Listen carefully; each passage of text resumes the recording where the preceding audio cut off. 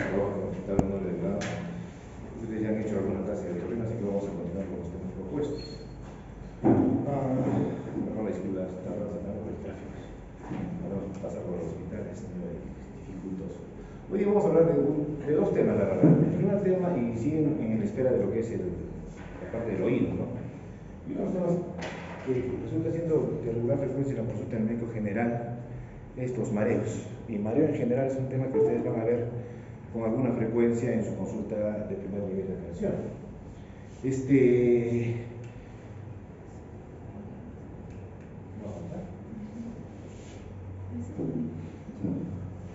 Y estas imágenes motivan un poco lo que el paciente puede expresar en cuanto cuando presenta este fenómeno de estar mareado. Mareo es un término muy amplio en general. Pero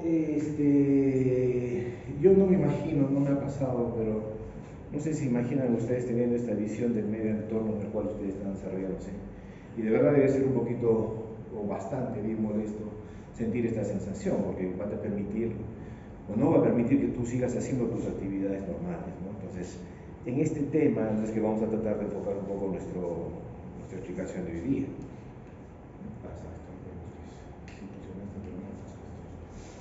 Bueno, aquí están las competencias que ustedes ya reciben también en el sitio, no lo voy a repetir ahora. Y sí voy a hablar algunas terminologías o algunos aspectos generales para poder recién adentrarnos a lo que es todo esto que significa mareo, y todavía estoy hablando de mareo como un término muy general, ¿no?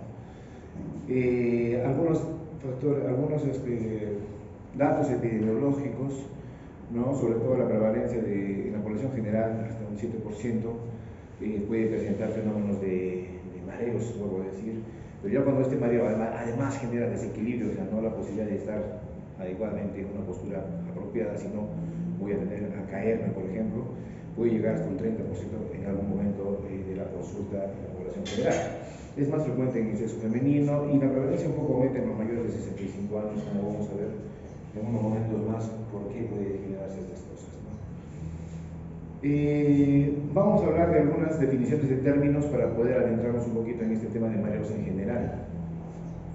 Y vamos a ir viendo que más adelante vamos a recapitular este término que es vértigo, ¿no? Y vértigo es diferente al mareo. Vértigo es una sensación desagradable e ilusoria de giro, ¿no? Girar uno o girar las cosas alrededor de uno. Ese es uno de los aspectos que ustedes tienen que buscar cuando vayan a evaluar o atender pacientes con este término amplio que significa desequilibrios o mareos. Siempre hay que tratar de buscar vértigo. Vértigo sí está en mucha relación a patología periférica, como lo vamos a ver un poquito más adelante, ¿no? Esto sí quiero que lo puedan adentrar como un término ya apropiado en su vocabulario médico. Desequilibrio, pérdida de la capacidad de mantener una proyección estable. ¿Y qué es mareo? Mareo a veces es un término mal definido, ¿no? Es diferente a vértigo, que hemos dicho, una sensación de giro, ¿no? Mareo es como si algo me fuera a pasar, pero no termina de pasar. No sé si ustedes habrán sentido esa sensación alguna vez. Sensación de balanceo, como si se nublara la vista, como si perdiera el equilibrio, pero siempre entre comillas voy a decir eso, como si me fuera a caer, pero no termina de pasar todo este proceso realmente, ¿no? Entonces, mareo es un término muy amplio, la gente va a venir refiriendo mareo, pero cuando nosotros evaluemos, vamos a tratar que con estos términos en conocimiento y algunas cosas que vamos a explicar ahorita, tratar de definir si lo que yo estoy viendo corresponde a una patología en qué región, periférica, central o de alguna otra índole. Y aquí mareo es el término general, pero lo que nosotros vamos a buscar en el tema que nos corresponde es si realmente lo que se refiere al paciente es un vértigo que nos va a llevar al tema que es el tema principal para nosotros, que es el vértigo periférico.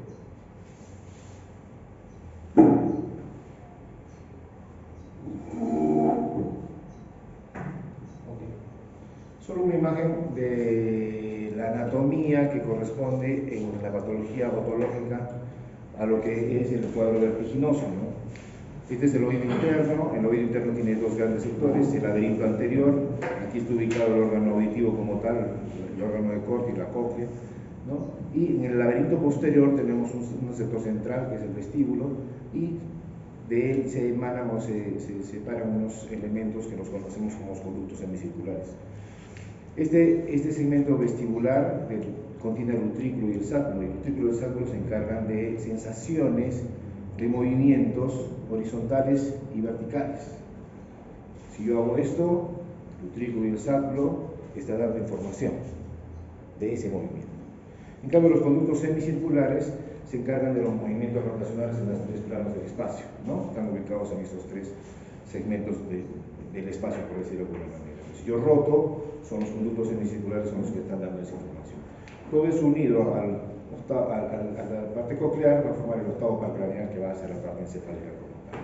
Solo una cuestión somera de una imagen de anatomía que nos sirve para localizar dónde estamos empezando a buscar este tema de vértigos periféricos. Y siguiendo aclarando algunos términos, equilibrio, porque muchos de estos cuadros de mareos e inestabilidades van a traer este desequilibrio. ¿Pero qué es un equilibrio?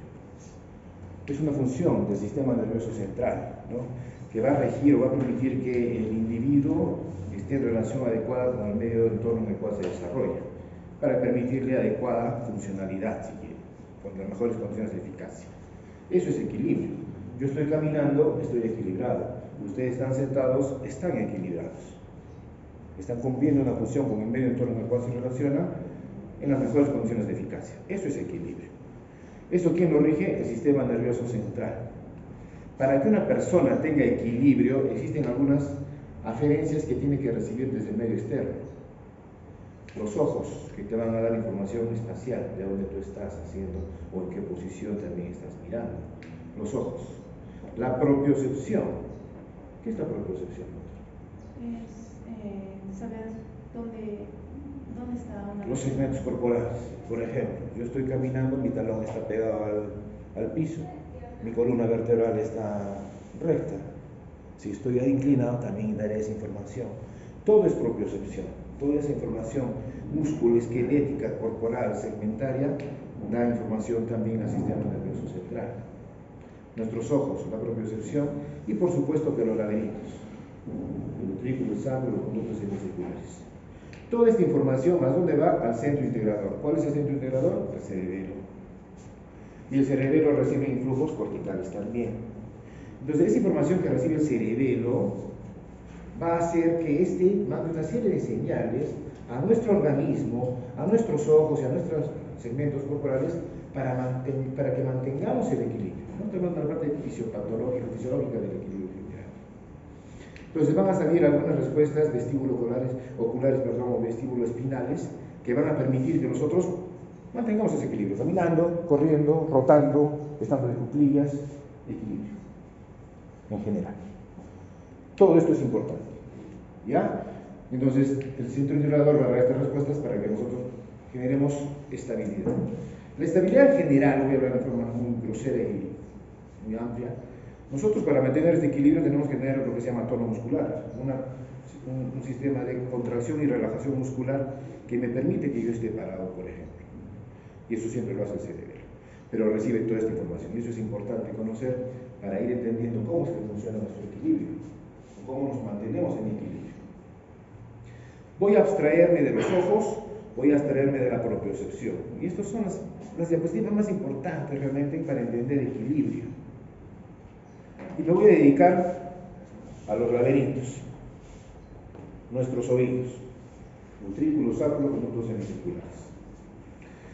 El utrículo, el sacro y los conductos semicirculares funcionan permanentemente y hacen esto. Si yo estoy parado aquí, como ustedes me están viendo, mi oído derecho y mi oído izquierdo están mandando en este momento información de mi posición, de mi movimiento, de lo que estoy haciendo, como para que yo mantenga esta postura. Esa información con los ojos más la propiocepción y esta información que es permanente de mis oídos está haciendo que mi cerebelo mande información para que yo tenga contracción y relajación muscular que me permita estar estable, estar parado, por ejemplo, delante de ustedes. ¿Qué pasa si fisiológicamente quiero girar a la izquierda? Me quiero girar a la izquierda, simplemente. Mis oídos, para que esa información de los utrículos, sacro, los conductos semicirculares, ¿qué hacen? Si yo quiero girar a la izquierda, tienen que mandar mayor información del lado izquierdo. Y el lado derecho sigue mandando su información basal. ¿Qué genera eso en nuestro organismo? Para girar, por ejemplo, los fenómenos de contracción y relajación muscular tienen que funcionar de esta manera. Si yo giro a la izquierda, tiene que haber relajación de la musculatura general del lado izquierdo para que me permita girar.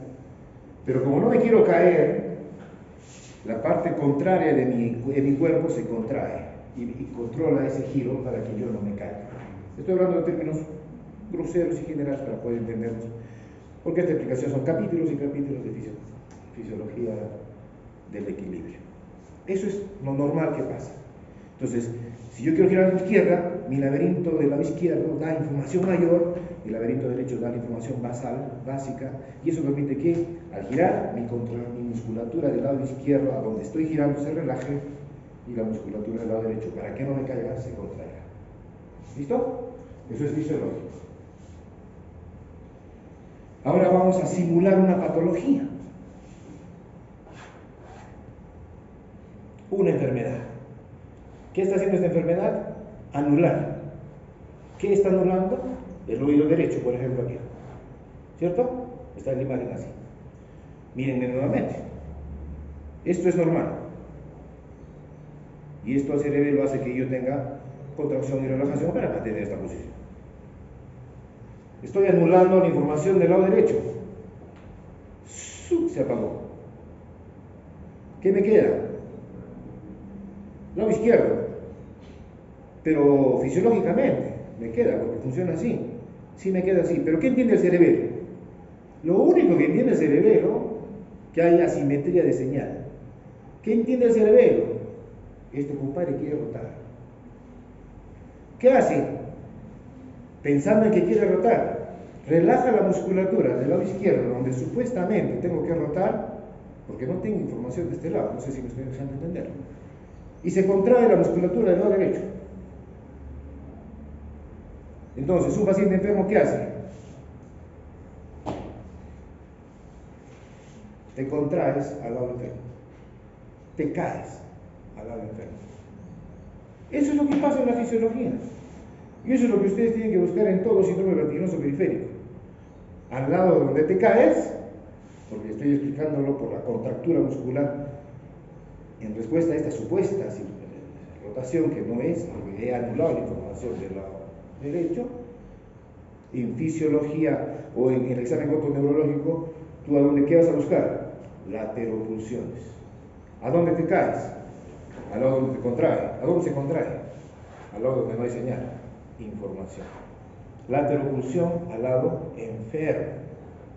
Entonces, cuando tú vas a buscar, ahora vamos a ver cómo se hace valoración ortoneurológica para buscar síndrome vertiginoso periférico. ¿A dónde te caes? Eso es patognomónico. Te caes al lado enfermo. Si han entendido esto, todo el examen ortoneurológico es muy fácil. Porque es lo que vas a encontrar en tu examen. Y después viene lo que es algunos aspectos que están en relación a este vértigo periférico. Estoy hablando del síndrome vertiginoso periférico porque hemos anulado una señal del laberinto. Ojalá que me estén siguiendo porque es un tema medio tedioso, no voy a decir que no. Vértigo, hemos hablado, sensación ilusoria de giro. Lateropulsión, al mismo lado donde está la enfermedad. ¿Qué más vamos a buscar? Hoy estamos armando un poco lo que es el síndrome vertiginoso periférico. Estamos armándolo poco a poco. Nistagmo. ¿Qué es nistagmo, doctor? Movimiento involuntario de los ojos, que puede tener varias divisiones, pero necesitamos que nosotros vemos en la parte periférica es movimiento rítmico y involuntario de los globos oculares. Tiene dos fases el nistagmo, una fase lenta de contracción y una fase rápida de respuesta refleja. ¿A dónde se va la contracción? Del ojo, al lado enfermo. Pero como esta fase es chiquitita, no se ve. ¿Qué se mira? La fase de respuesta refleja. ¿Cómo se denomina el nistagmo? Por la fase rápida.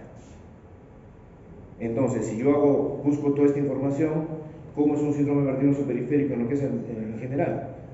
Tiene vértigo, ¿a dónde se va a caer el paciente? Al lado enfermo, por ejemplo, al lado derecho, y el nistagmo ¿a dónde se va a ir? Al lado contralateral. El nistagmo huye de la lesión.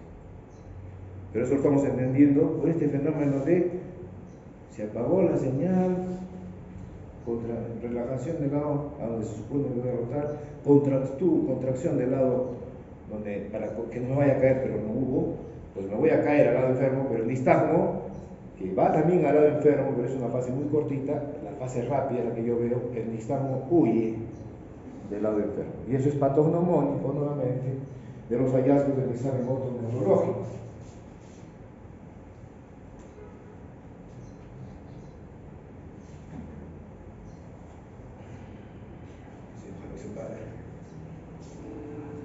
Miren ese nistagmo. Aquí ven un nistagmo, no se va a olvidar nunca. ¿A dónde va el nistagmo? ¿Al lado derecho? ¿Dónde está la patología? El lado izquierdo. El nistagmo de los vértigos periféricos es unidireccional, no va cambiando, es al mismo lado siempre. Va descendiendo con es autolimitado. ¿Ven? Ya va bajando el nistagmo. ¿A dónde se va a caer este paciente? Si yo hago las maneras de posición. A la izquierda. Y si además te cuenta que tiene vértigo, ¿qué estamos viendo? Es un vértigo periférico. Es muy sencillo hacer vértigo periférico, porque es muy notorio, es muy llamativo, es muy claro en su presentación. Estoy hablando de vértigo periférico ya no estoy hablando de mareo. El paciente va a decir, tengo mareo. Sí, eso va a venir contándote la historia. Pero tú vas a tener que ir empezando a descubrir y sacando información para armar lo que se llama tu síndrome vertiginoso periférico. Esa es tu función. Cuando el paciente venga con mareo, ¿a qué me estoy enfrentando? Para saber cómo lo trato y si lo necesito derivar para saber dónde lo voy a derivar. ¿A neurología? ¿A otorrino? ¿O a dónde lo derivo? Cuando sea necesario. Otra de las cosas que acompañan al vértigo periférico, muy claramente y muy en relación, es lo que llamamos cortejo neurovegetativo. Náuseas, puede llegar al vómito, sensación de frialdad, entumecimiento, ¿no es cierto? No sé si alguna vez has sentido así, bien mal, como cuando quiere vomitar. Eso es el cortejo neurovegetativo. Todo vértigo periférico, entonces, tiene este cuadro. Ármenme la mesa, pongan la mesa con sus patitas para decir, esto es síndrome vertiginoso periférico. Perdón, no sé qué me dijo el chico. Vértigo, sensación ilusoria de giro. Cortejo neurovegetativo, siempre presente cuando está el cuadro activo, siempre. Nistagmo, que huye de la lesión, te orienta al lado de enfermedad. Y las laterocursiones, que significa caídas al mismo lado. Cuando pregunten, cuando vean cuadro de mareos, cuadro de inestabilidades, empiecen a armarme el síndrome vertiginoso periférico con las preguntas. Es lo más importante. La anamnesis que ustedes hagan es lo más importante. Si ustedes hacen una buena anamnesis, tienen el 80% de la patología diagnosticada. Ni siquiera necesito una prueba específica. Necesito saber algo de fisiología del equilibrio para buscar las cosas que tengo que buscar. Síndrome vertiginoso periférico. Eso es lo que quiero que se lleve de esta clase. Esto resume parte de lo que hemos hablado. Y estas son las características principales del síndrome vertiginoso periférico. Ya estoy abstrayendo el tema desde mareo que empezamos. Mareo es una cosa muy amplia y el paciente va a decir, estoy mareado. Y está perfecto su manera de narrar lo que siente el paciente. Pero es tu trabajo como médico general, al primer nivel de atención. 40% de su atención va a ser de otorrino, no sé si ya les han dicho lo mismo. No tengo idea. Ojalá que los 10 días que pasen en otorrino sepan sacar el mayor jugo posible, porque cuando se vayan ustedes acá y allí, que me encanta esa zona para mí, es 40% de la atención desde oído, nariz y garganta. Tos, fiebre, moco, mareo, dolor de cabeza y tengo un niño con fiebre, otitis y se acabó. ¿Y qué van a hacer con esos pacientes? Igual que con estos pacientes, ¿los van a derivar? Me enojaría si me los derivas. Por su, ¿qué rotación han hecho? Son ultracatólicos ustedes. Me enojaría. ¿Por qué? Porque el 40% de esa atención es de ustedes y no me la van a derivar casi nunca. Cuando veas ojos, ¿qué vas a hacer? derivarlo. ¿Qué vas a ver de ojos? Sinceramente, ojo rojo. Lo demás es para derivar. No vas a ver más. De otorrino, todo lo vas a tener. Todo. No me vas a derivar. Salvo complicar. Diferente. Así que saquen el a esto. No sé. Síndrome vertiginoso periférico. El paciente vino con todo lo que te va a contar. Abstrae estos datos. ¿Cómo empezó? Inicio brusco, intenso. Apunta periférico. Periférico. Vértigo, sensación ilusoria de giro. Nistagmo. ¿El paciente te va a contar nistagmo? No. El familiar te va a contar sus ojos se volvían raros, doctor. Ya, eso te informa. Nistagmo. Cortejo neurovegetativo, sensación nauseosa, vómitos, malestar. En ese ratito el paciente se siente muy, muy mal. Y las desviaciones. No me puedo parar, me caí de caer. ¿A dónde te quieres caer? Te orientas un poquito. Con las preguntas de tu anamnesis, hazme este síndrome. Llégame a esta información. Si llegas hasta ahí, ya ganaste la rotación en este tema, no necesito más. Y si quieres derivarlo, mándamelo como síndrome vertiginoso periférico a determinar. Ya está, no necesito que hables más. Lo que voy a hablar de acá adelante es darle el apellido, si quieres, este vértigo periférico. Pero si llegas con tu información a determinar que esto es vértigo periférico, lo que tú estás viendo en ese paciente que estás atendiendo, que hay allí, yo estoy contento. Suficiente. Hasta ahí. Ya sabes por qué se cae para un lado, ya sabes por qué necesitamos nada para el otro lado. El cortejo neurovegetativo es por las grandes relaciones que tiene esta información en desequilibrio que llega al tronco encefálico décimo palmar y te hace una generación de náuseas, vómitos, esa frialdad, entumecimiento, palidez, cortejo neurovegetativo. Entonces ya lo tienes armado todo. Esto es lo más importante. ¿Cómo evaluamos el examen neurológico? Tienes un paciente con toda la clínica y ahora evalúas. La principal prueba que hacemos es Romberg. Hemos dicho que equilibrio depende de ojos, propiocepción y los laberintos, ¿cierto?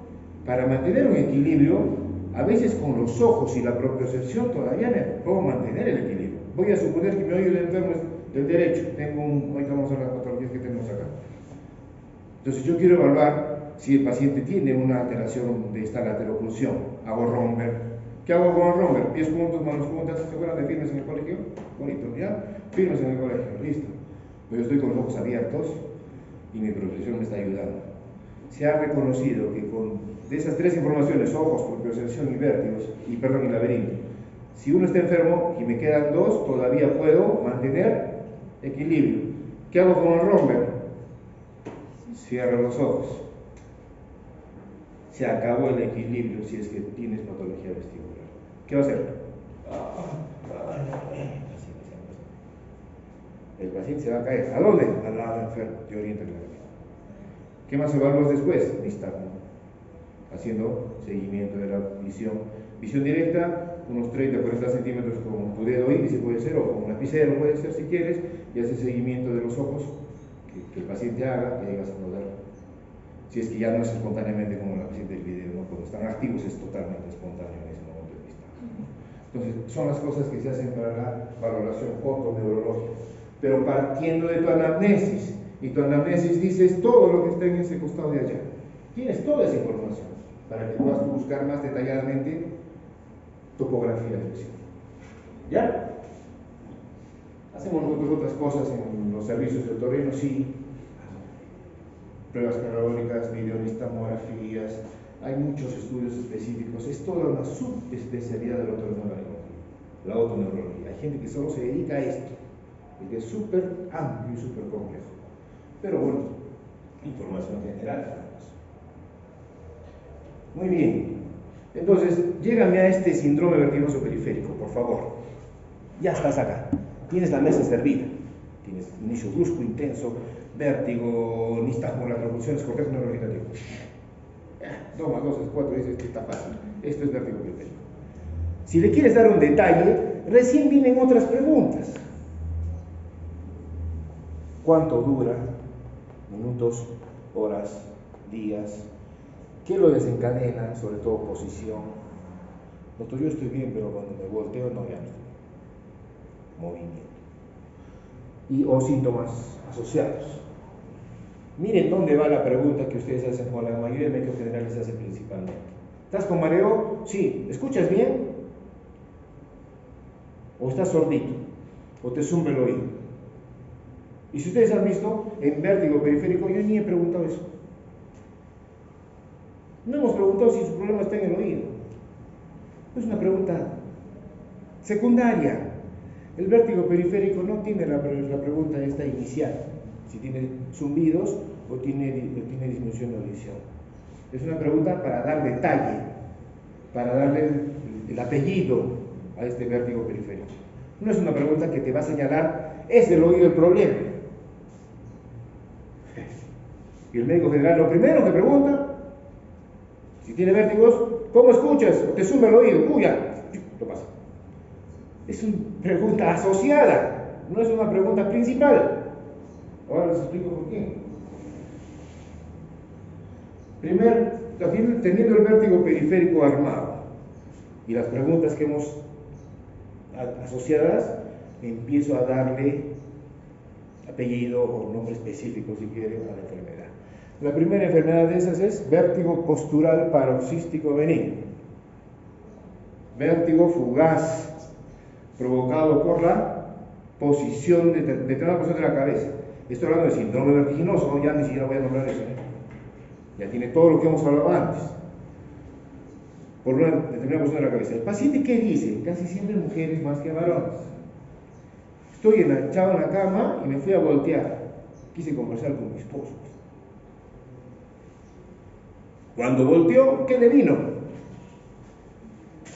¡Oh! ¡Ay, no! Me quiero caer, se me viene el mundo encima. Así lo narra el paciente. Narra que todo le está dando vueltas en ese momento. ¿Qué más narra? ¡Oh! Quise vomitar. ¿Qué hace el paciente? Casi siempre, con la ayuda de sus familias, lo sientan. ¿Qué pasó? ¿Qué pasó? Vienen los hijos, viene el esposo que estaba ahí al lado. Y se le pasó. Minutos. Es fugaz. Es rápido. Se provocó por esa posición de la cabeza. ¿Qué pasó en ese momento? Existen teorías, la teoría más aceptada es la canalolitiasis. Del utrículo y el sáculo de esta región vestibular se desprenden unos otolitos que son los encargados de las señales de longitudinales, de movimientos longitudinales y verticales, ¿no? Horizontales y verticales. No sabemos por qué se han desprendido estos otolitos de esta región. Y al desprenderse, estos otolitos, que son como unos pequeños cristalitos, caen al conducto semicircular posterior y están flotando.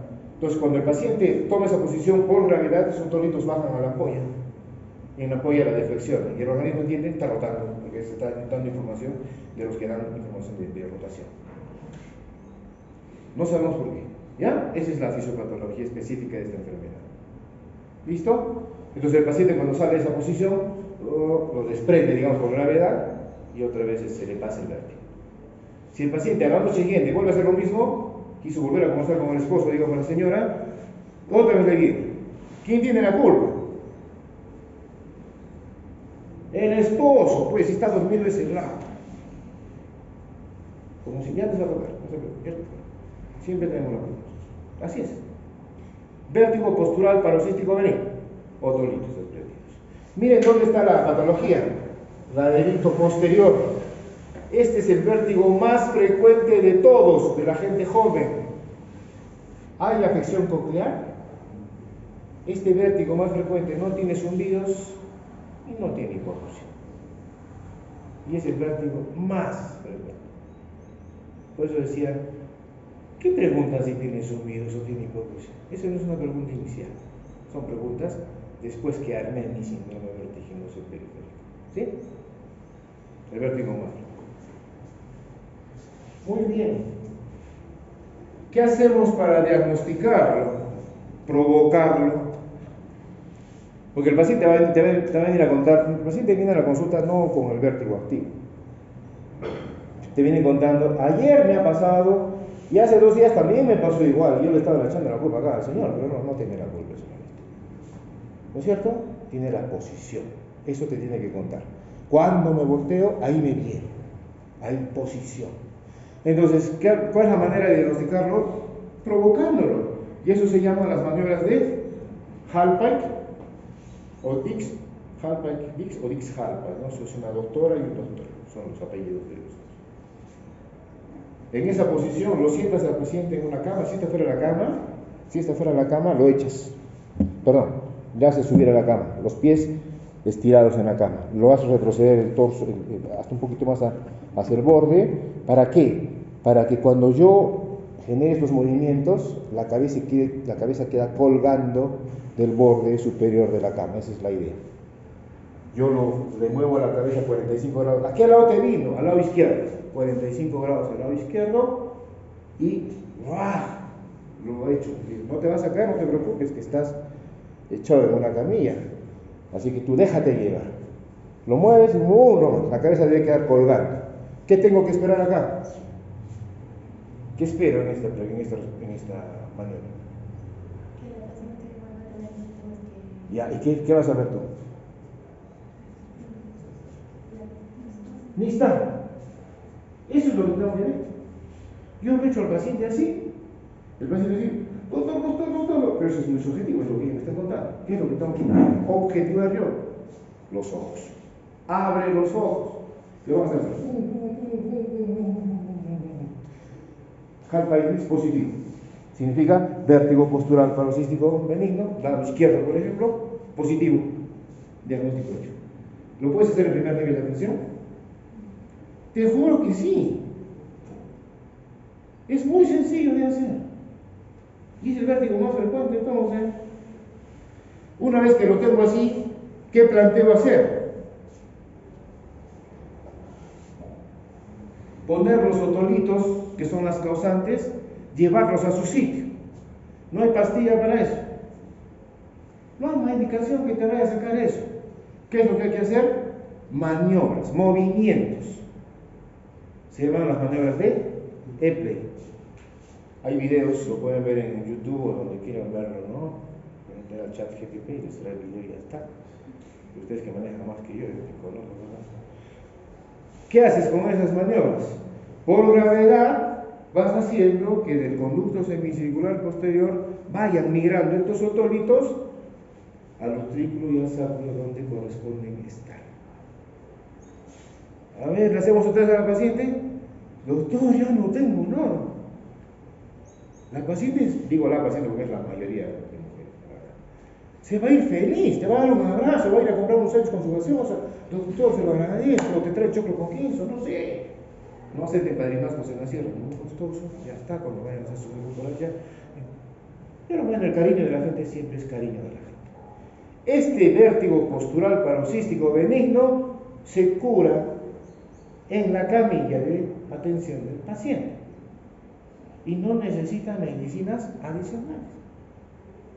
Y es el vértigo más frecuente de todos. Primer nivel de atención, doctores. Esto lo pueden hacer ustedes. Ese es el primero. Si hay preguntas, es lo primero. Seguimos dándole el apellido a esto. Seguimos dándole apellidos a las enfermedades. El otro cuadro se llama enfermedad de Meniere. He partido de vértigo, síndrome vertiginoso. Todos tienen lo mismo. Los que estamos son detalles para ver cuál es cuál. Todos tienen lo mismo. Brusco, intenso, vértigo, nistagmo, la transfusión por defecto vegetativo. Todos tienen lo mismo. Pero le estamos dando detalles. Ya vimos el vértigo postural. El tiempo te ayuda mucho a definir. Poquito tiempo. Pocos minutos. Enfermedad de Meniere. Este es un complejo más grande. Una enfermedad que también tiene corte neurovegetativo de horas de duración, pero que se caracteriza como patología, como fisiopatología, porque hay un aumento de la presión de los líquidos del oído interno, sobre todo de la endolina. De causa desconocida, es genética, inmunológica. No sabemos por qué. Pero este paciente tiene progresivamente en los líquidos del oído interno aumento de volumen, aumento de volumen, aumento de volumen, aumento de volumen. Por eso se llama hidrops endolinfático también. Acá es un corte de uno de los conductos del oído, de la cóclea, ¿no? Me van a avanzar. Miren esta membrana vacilar, membrana de Reisner, como en lugar de ser recta, está distendiéndose. No sabemos la causa, vuelvo a decir. Cuando empieza a distenderse, miren qué afección. ¿Dónde están los ríos del oído interno? En todo el oído interno. Cóclea y la vena posterior. Esta enfermedad sí tiene afección completa de todo el oído interno. Entonces, ¿cuál es la característica clínica de esta enfermedad? Zumbidos, sensación de hipoacusia fluctuante al principio, de veces neurosensorial, y vértigo. El paciente dice,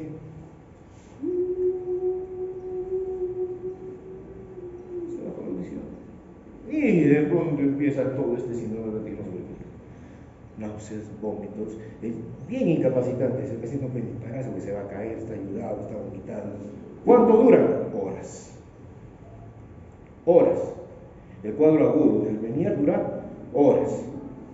Estos pacientes van a la emergencia para el tratamiento de urgencia de los vértigos, que ahora la vamos a referir. Causa desconocida. Es como un globo que se va, empieza en un globo, se revienta. Cuando se revienta, paraliza todo el nervio. Hay una alteración de bomba sobre potasio, hay una mezcla de esos iones y el nervio se paraliza completamente. ¿Qué más pasa en esta enfermedad? Cuando pasa el efecto de que se produjo esta ruptura de membranas. Baja la presión, pues se rompió la membrana, ¡buah! Desaguaste, digamos, esa presión, ¿no? Se normaliza todo, pero el proceso se curó. Es genético.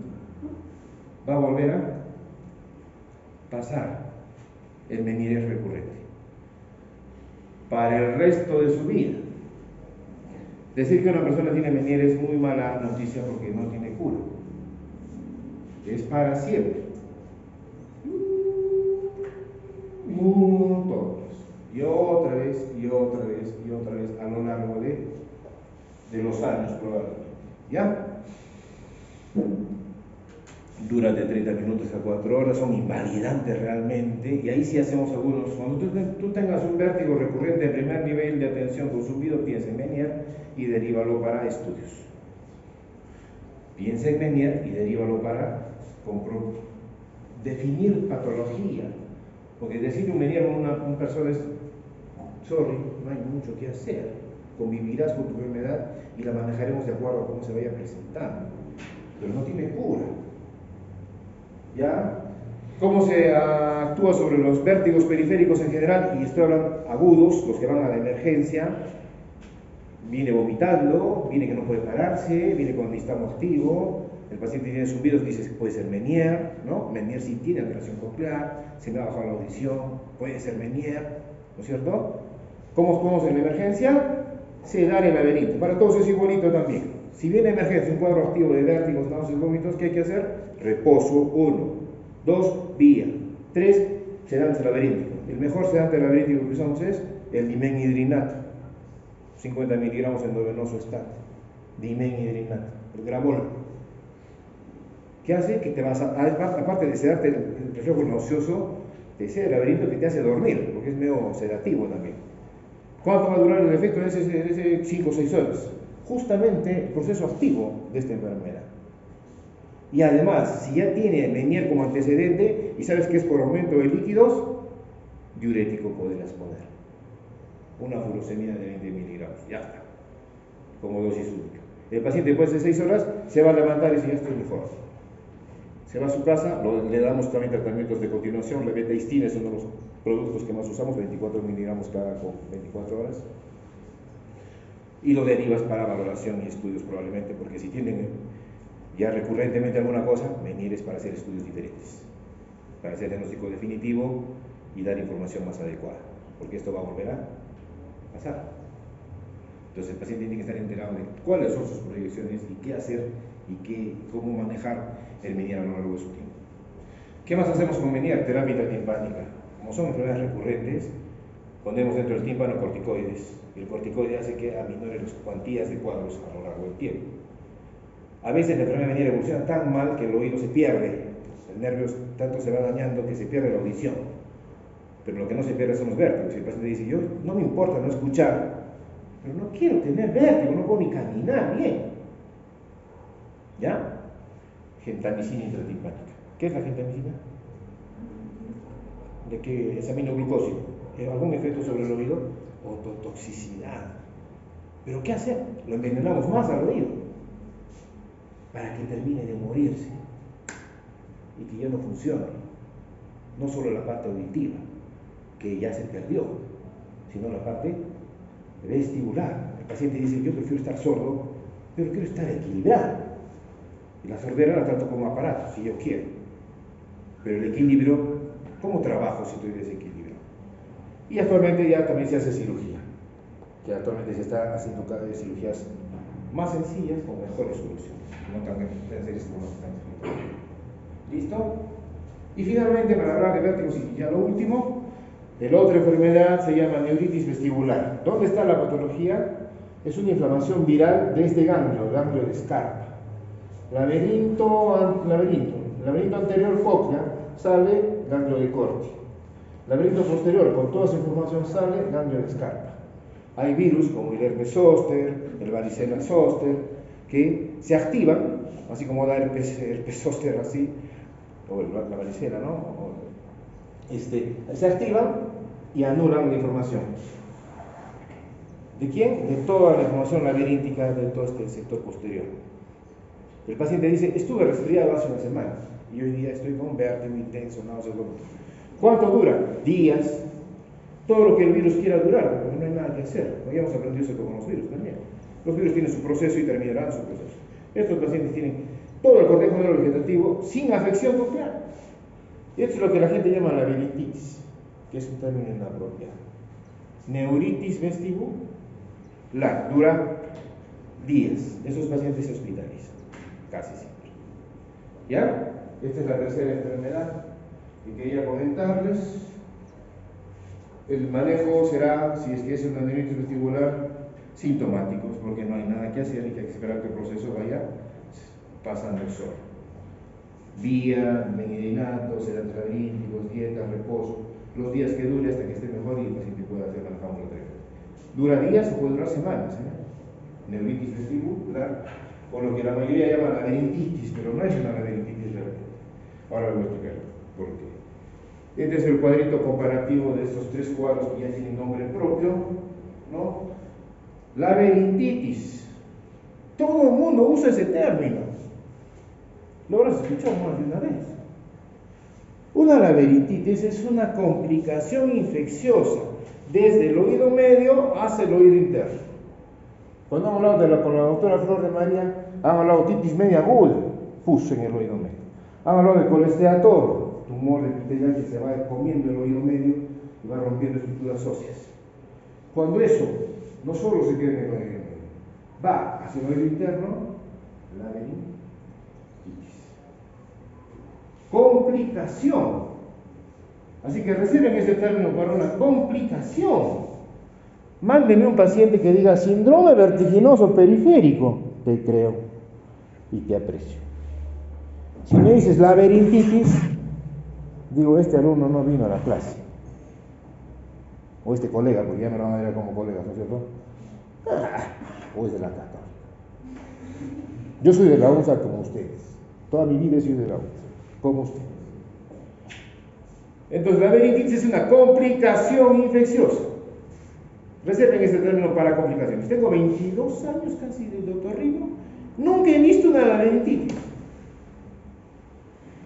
He visto otras complicaciones, meningitis, abscesos encefálicos, colesteatoma, pero la meningitis, perdón, laberintitis. Pero he visto un montón de vértigos periféricos y neuronitis o neuritis vestibular, pero la laberintitis.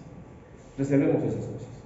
Y hay otra enfermedad, no otra enfermedad, sino dentro de los mareos, los viejitos. Pregúntenle a sus abuelitos cuántas veces se marean. Las personas de más de 65, 70 años, de moverse rápido se marean. Se paran y se marean. Pero pregúntales bien, ¿es vértigo? Pregúntales bien, ¿es cortejo neurovegetativo asociado? No, es mareo. Ay, mijito, me mareó. Ay, a ver si me pasará. Me siento unos onzos, ¿no? ¿Qué tienen los viejitos? Mala visión. ¿Qué tienen los viejitos? Mala propiocepción. ¿Qué tienen los viejitos? Diabetes, hipertensión que genera microangiopatías y por eso mala función vestibular también. Tienen degeneración propia de su edad que lleva a una mala estabilidad. Entonces, los pacientes mayores de tercera edad, pregúntale, ¿pero tienes náuseas, cortejo no vegetativo? ¿Tienes vértigo? No digo que no puedan tener, pero muchas de las personas que se quejan de mayores de tercera edad son presbivértigos, vértigos de la edad. Y le falta mucha clínica para llegar al vértigo periférico. Igual la manejamos. ¿Y cómo? Con vasodilatadores, betahistina, y con ejercicios vestibulares. Buscan en internet, y que son movimientos rotacionales, visuales de los hombros, que es rehabilitación del ejercicio, rehabilitación de la propiocepción, prácticamente. Ayudarlos a que estén mejor. ¿Listo? Son dos palabritas más que quería decirles. No sé si hay alguna pregunta hasta acá, por favor. Y termina con dos cositas, porque ahorita se hace.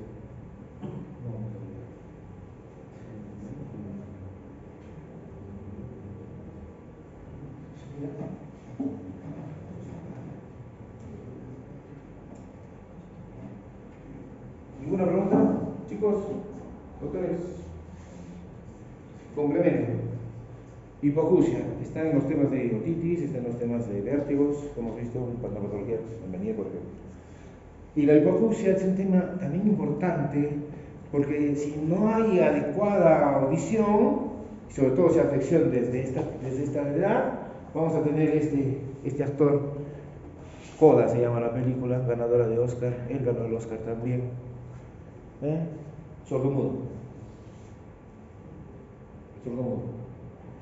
La audición, nosotros aprendemos a hablar por imitación de sonido, desde que nacemos, o desde que estamos en la barriga de la mamá. Vamos escuchando sonidos. Ese sonido, a lo largo de tu primera infancia, 3 primeros años, vamos generando conceptos de ese tipo, entendiendo que ese sonido significa algo. A, B, C, pan, mamá, té, hambre. Significa algo. Los 3 primeros años de vida. Si no tenemos audición, no vamos a desarrollar lenguaje. Así de simple. ¿Qué es lo que tenemos que hacer para mejorar esto? Lo tenemos que hacer. No voy a mejorar esto. En estos censos, la incidencia de hipoacusia en recién nacidos de 5 por 10 por 1000 recién nacidos vivos. En Arequipa, 20% sobre profunda. Se hizo un estudio de 115. Esta incidencia motivó que al año haya 115 niños con sordera, cuando se hizo ese estudio.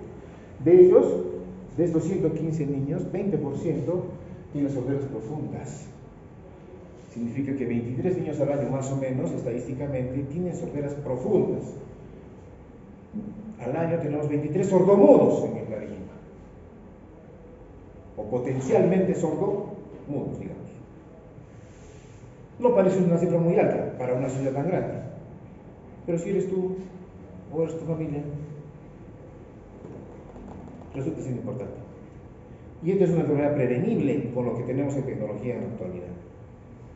Con lo que tenemos en la actualidad, tenemos la manera de prevenir sordera. Y si prevenimos sordera, prevenimos que sea discapacitado, sordomudo. La audición y su mecanismo. El oído es un gran transformador de energía mecánica en energía eléctrica, ¿no es cierto? Tratamos las ondas de presión a través del pabellón auricular, la dirigimos al conducto, el conducto mueve el tímpano. ¿Qué está fijado al tímpano? Martillo y un estribo. Esto aumenta la presión, aumenta la ganancia de intensidad de sonido para que pase de un medio aéreo a un medio líquido, oído interno. Y en el oído interno, ese movimiento de líquidos genera una transformación a nivel de la cóclea de esta señal mecánica en una señal eléctrica. Y esa señal eléctrica va por el octavo par craneal, corteza auditiva, y ahorita tú lo que me estás escuchando está llegando a tu corteza auditiva y sabes lo que estoy diciendo. Ese es el mecanismo auditivo. Transformador de energía mecánica en energía eléctrica. Esa es la función del oído. La hipoacusia se clasifica en varios aspectos. La principal que usamos es esta, ¿no? Hipoacusias de conducción, hipoacusias de tipo neurosensorial. De conducción es cualquier patología que afecta la transmisión de esa onda de presión hasta todo el oído medio. Oído externo y oído medio. Y ahí tienen sin número de patologías del oído externo o del oído medio, otitis media aguda, otitis media crónica, cuerpo extraño, tigenesia auricular, un tapón de cera, ¿ya?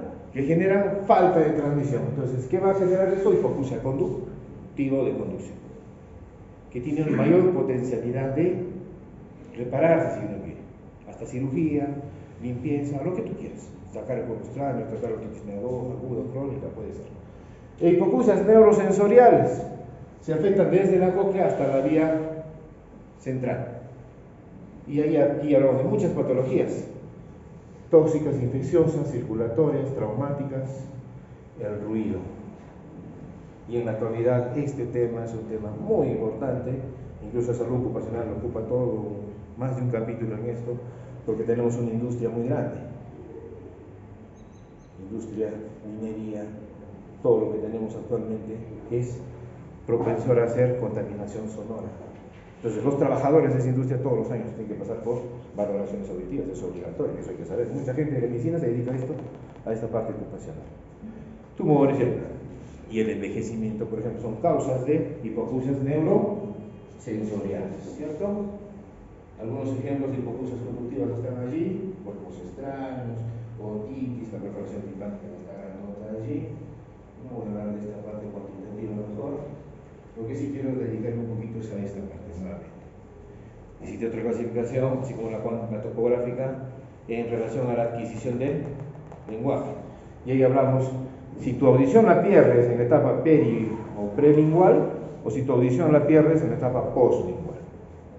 Si es postlingual, como cualquiera de nosotros, habrá maneras de mejorar tu audición, hasta con un audífono si quieres. Hasta cierto nivel podemos ayudarte. Pero si es prelingual, solo tenemos un poco de tiempo para tratarla, evaluarla y definirla para poder apoyar a esa persona que es un niño antes de que llegue a desarrollo de sordomudencia. Y eso significa los 3 primeros años de vida. Nosotros aprendemos lenguaje los 3 primeros años de nuestra vida. Si después de los 3 años quieres darle lenguaje a esa persona, ya perdiste. No hay manera. No hay manera. Ese paciente va a ir a otro tipo de educación. Y esta persona va a ser un discapacitado. Como corolario, ¿qué tiene que hacer el médico primer nivel de atención en el tema de hipoacusia?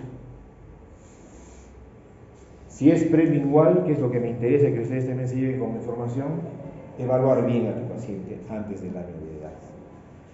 ¿Quién evalúa al paciente en primer nivel de atención? Programa de crecimiento y desarrollo, las licenciadas de enfermería. Miren talla, y ustedes. Miren talla, perímetro cefálico, perímetro abdominal, las caderitas, todo eso hacen, ¿sí o no es cierto? ¿Sí? Entonces, dentro de esa valoración que ustedes van a hacer como primer nivel de atención cuando ustedes en Cayalli, tú vas a ser la jefa. La señora jefa es la administrativa por las enfermedades de muchos años. Pero tú vas a ser la jefa mental, porque la que tú conoces eres tú. Entonces, si se escapa un niñito en tu valoración y después del año no sabes si escucha o no escucha, tú tienes la culpa. Tenemos solo 3 años para mejorar esto. Entonces, todo niño, antes del año de edad, debemos saber en dónde estemos como médico, como personal de salud de cabeza, médicos, saber si escucha o no escucha. Si no escucha, porque haces patrones en esas tablitas hay patrones de valoración, tienes que derivarlo inmediatamente. Primer año de edad. No, es que no escucha porque su papá también demoró. A los 4 años recién mi papá habló, dice a mí me han contado que era así. Pero papá, no sé, no jueguen con eso.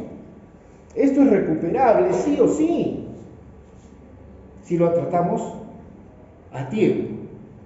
A mí se me parte el corazón cuando viene una mamá a la consulta con un niño de 5 años. Vengo porque creo que no escucha. 5 años. No hay que hacer nada. Ya lo perdimos todo. Y ese niño ya es un discapacitado. Tendremos sociedades más inclusivas, eso es cierto. Pero si eso no se nos hubiera pasado y al año hubiéramos tenido un diagnóstico, podemos hacer muchas cosas, verdaderamente. pruebas objetivas y pruebas subjetivas. Eso está escrito, no lo voy a... En los niños, ¿qué hacemos? Las pruebas objetivas, pues. El niño no va a colaborar, pero hay que hacer esto. Este panel de estudios se hace acá en Arequipa y tenemos claramente si este niño o no tiene pérdida de IQ. No voy a hacer esto. En todo un niño, además, existen una serie de factores que están escritos allí que pueden ser evaluables y ante alguno de ellos sospechar. Este niño tuvo bajo peso al nacer, tuvo agua bajo, tuvo sufrimiento fetal, tuvo meconio en el nacer, estuvo en incubadora, por cualquier motivo. Ya son factores. Tuvo bilirubinas altas, son factores que estos niños pueden tener. De 100 niños sordos, que he hecho estudios, de 100 niños sordos verdaderos, 50% de esos niños se encontraron factores de este tipo. El otro 50%, que también es sordito, nunca tuvo nada. Y nació rosadito, gordito, 3600, Apgar 9 y 10, y no pasó nada, pero también es sordito. La genética.